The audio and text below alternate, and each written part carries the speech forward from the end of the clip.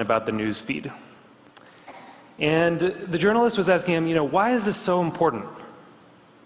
And Zuckerberg said, a squirrel dying in your front yard may be more relevant to your interests right now than people dying in Africa. And I want to talk about what a web based on that idea of relevance might look like.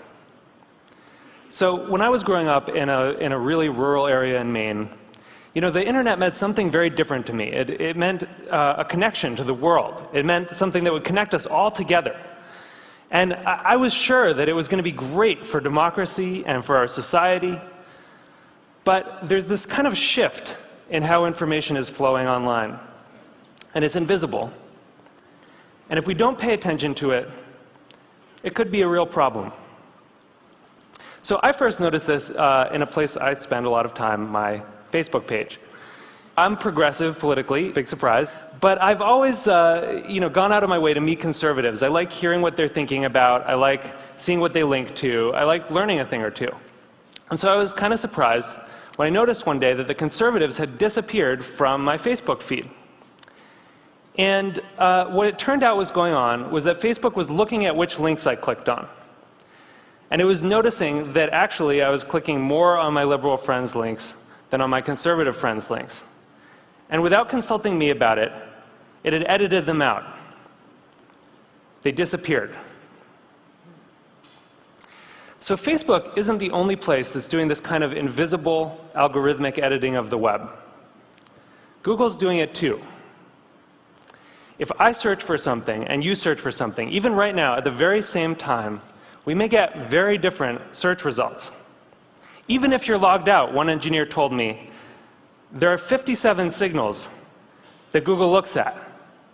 Everything from what kind of computer you're on, to what kind of browser you're using, to where you're located, that it uses to personally tailor your query results. Think about it for a second. There is no standard Google anymore. And the funny thing about this is that it's hard to see. You can't see how different your search results are from anyone else's. But a couple of weeks ago, I asked a bunch of friends to Google Egypt and to send me screenshots of what they got. So here's my friend Scott's screenshot, and here's my friend Daniel's screenshot. When you put them side by side, you don't even have to read the links to see how different these two pages are. But when you do read the links, it's really quite remarkable. Daniel didn't get anything about the protests in Egypt at all in his first page of Google results. Scott's results were full of them. And this was the big story of the day at that time. That's how different these results are becoming. So it's not just Google and Facebook either. This is something that's sweeping the web. There are a whole host of companies that are doing this kind of personalization. Yahoo News, the biggest news site on the internet, is now personalized. Different people get different things. Huffington Post, the Washington Post, New York Times, all flirting with personalization in various ways. And where this moves us very quickly toward a world in which the internet is showing us what it thinks we want to see, but not necessarily what we need to see. As Eric Schmidt said, it'll be very hard for people to watch or consume something that has not, in some sense, been tailored for them. So I do think this is a problem. And I think if you take all of these filters together, if you take all of these algorithms, you get what I call a filter bubble. And your filter bubble is kind of your own personal, unique universe of information that you live in online. And what's in your filter bubble depends on who you are, and it depends on what you do. But the thing is that you don't decide what gets in. And more importantly, you don't actually see what gets edited out. So one of the problems with the filter bubble was discovered by some researchers at Netflix. And they were looking at the Netflix queues, and they noticed something kind of funny that a lot of us probably have noticed, which is there's some movies that just sort of zip right up and out to our houses. They enter the queue, they just zip right out. So Iron Man zips right out, right? And waiting for Superman can wait for a really long time. What they discovered was that in our Netflix queues, there's kind of this epic struggle going on between our future aspirational selves and our more impulsive present selves. You know, we all want to be someone who has watched Rashomon. But right now, we want to watch Ace Ventura for the 4th time. So the best editing gives us a bit of both. It gives us a little bit of Justin Bieber and a little bit of Afghanistan. It gives us some information vegetables. It gives us some information dessert. And the challenge with these kind of algorithmic filters, these personalized filters, is that because they're mainly looking at what you click on first, it can throw off that balance. And instead of a balanced information diet, you can end up surrounded by information junk food. So what this suggests is actually that we may have the story about the internet wrong.